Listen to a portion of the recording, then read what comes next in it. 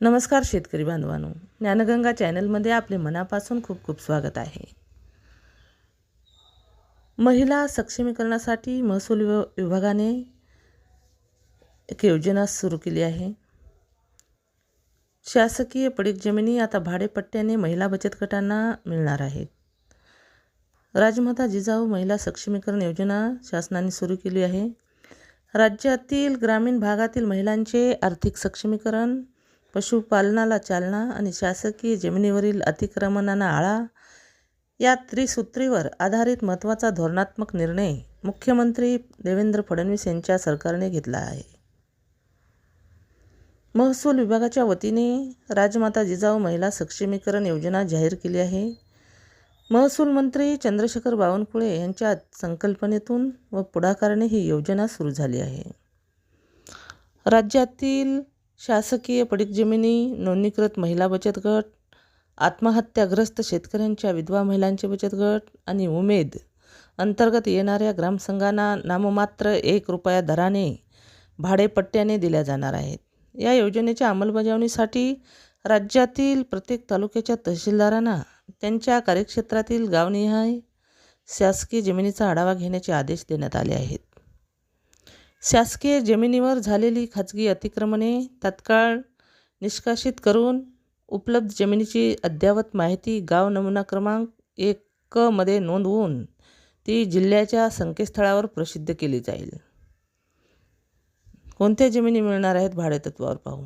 7/12 महाराष्ट्र शासन किंवा शासकीय मुलकीपड, अकारीपड नोंद असलेल्या जमिनी, प्रकल्पासाठी संपादित झालेल्या मात्र सध्या पडीक असलेल्या जमिनी, शेती महामंडळाच्या पडीक जमिनी आणि ग्रामसभेच्या परवानगीने गायरान जमिनी, गाळपेर जमिनी, पुनर्वसनासाठीच्या जमिनी आणि सिडको MMRDA सारख्या विशेष प्राधिकरणाच्या हद्दीतील जमिनी या योजनेतून वगळण्यात आल्या आहेत।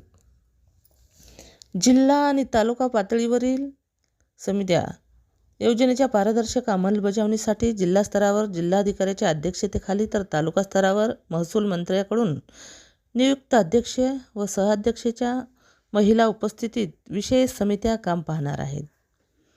तालुका स्तरावर तहसीलदार हे सदस्य सचिव म्हणून काम पाहतील आणि इच्छुक पात्र बचत गटाकडून अर्ज मंजूर करून घेतील। तर महिला बचत गटासाठी अटी आणि पात्रताचे निकष काय आहेत पाहू। महिला बचत गट ग्रामसंघ उमेद अभियानाअंतर्गत नोंदणीकृत असावा।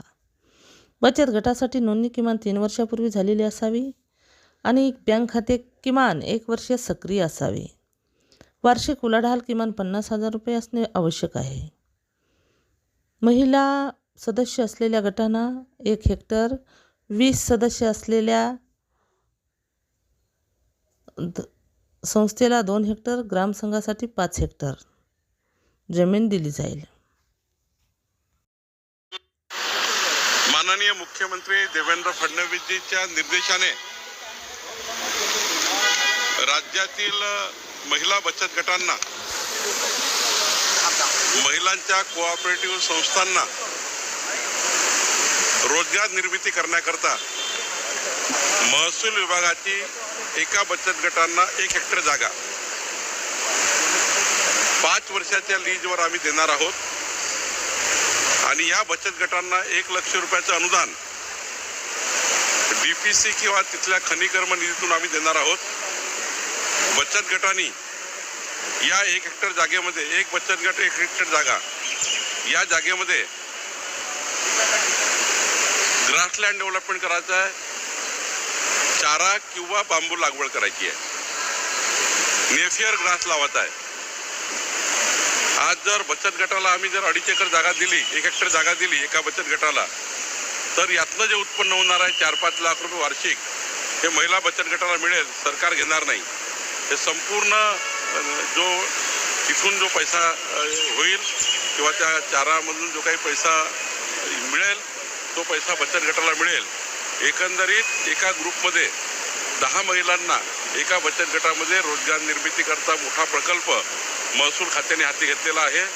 महसूल खात्याच्या सर्व जमिनी या आता ज्या पडीत आहे त्या पडीत जमिनी राहू नये, त्यावर अतिक्रमण होऊ नये आणि ह्या जमिनी ज्या आहेत त्या रानावनामध्ये आहेत, गावागावामध्ये आहेत, त्यावर अतिक्रमण होत आहे आणि त्यामुळे या जमिनी सुरक्षित ठेवण्याकरता महिला बचत गटाला रोजगार देण्याकरता ही पॉलिसी सरकारने आणलेली आहे. प्रत्येक गावामध्ये एक किंवा दोन बचत गट आहे. प्रत्येक गावामध्ये सगळ्या बचत गटांना देणार ना, किती महिला आहे ज्यांना लाभ होईल अंदाजे? प्रत्येक महिला बचत गटांना 2.5 एकर जागा आम्ही देणार. या ठिकाणी जागा आहे आणि ही जागा देऊन त्यांना रोजगार निर्मितीचं मोठं साधन आम्ही तयार करून देणार. देवेंद्र फडणवीसजींनी महाराष्ट्राच्या जनतेला रोजगार निर्मितीबद्दलचा मोठा एक संकल्प केला होता.